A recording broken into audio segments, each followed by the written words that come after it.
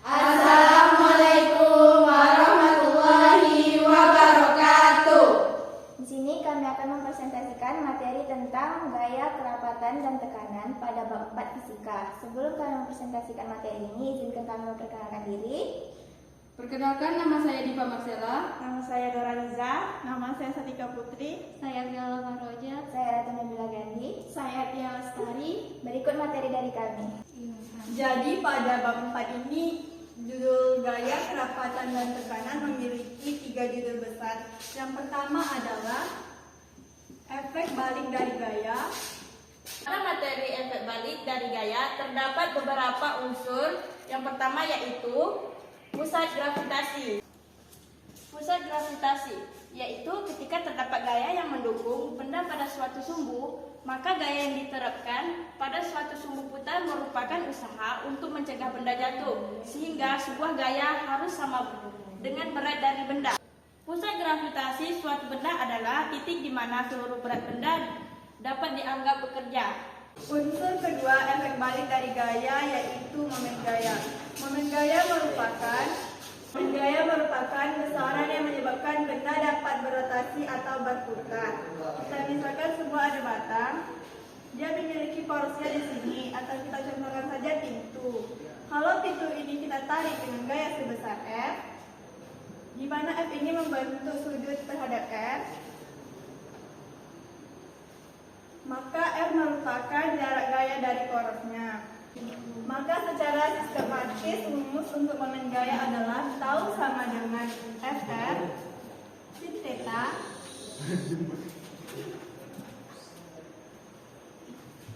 Nah, sekarang apabila dia tegak lurus dengan R seperti ini, dia tegak lurus di sini, maka dia akan membentuk sudut siku-siku. Maka rumus untuk itu adalah tau sama dengan F dikali F.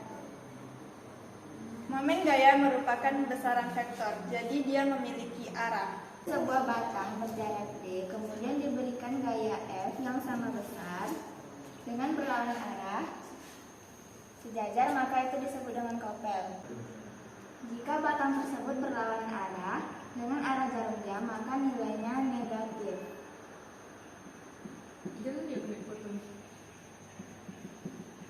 Namun,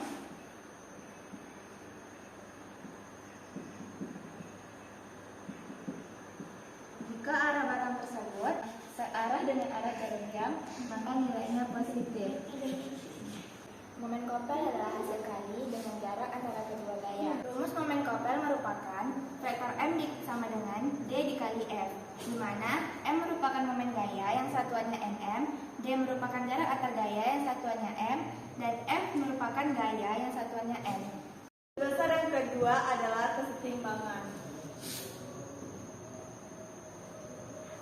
Ini ada 2 unsur, yaitu prinsip momen dan kesetimbangan. Prinsip momen adalah jika jumlah momen yang bekerja pada benda terhadap sumber rotasi adalah 0, maka benda dalam keadaan setimbang.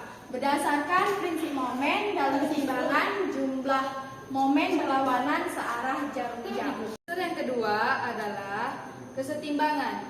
Prinsip momen gaya memberikan kondisi yang diperlukan bagi suatu benda untuk berada dalam kesetimbangan rotasi.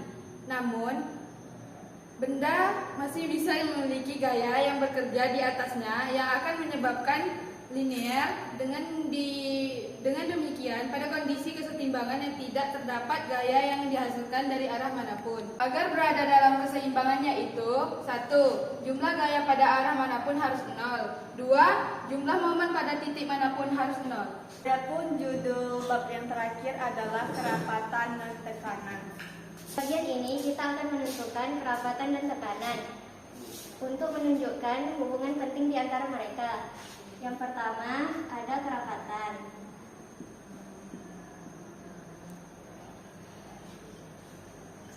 Kepadatan suatu zat didefinisikan sebagai masanya persatuan volume.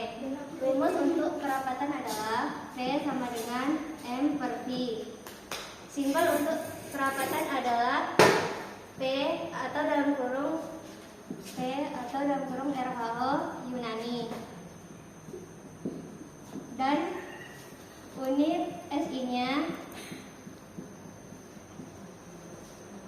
kilogram M pangkat min 3. Yang kedua, ada tekanan.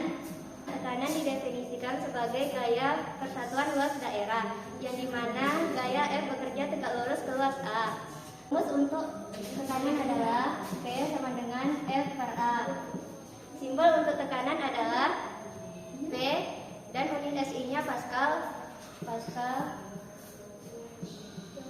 atau PA. Sekian penjelasan dari kelompok kami. Wassalamualaikum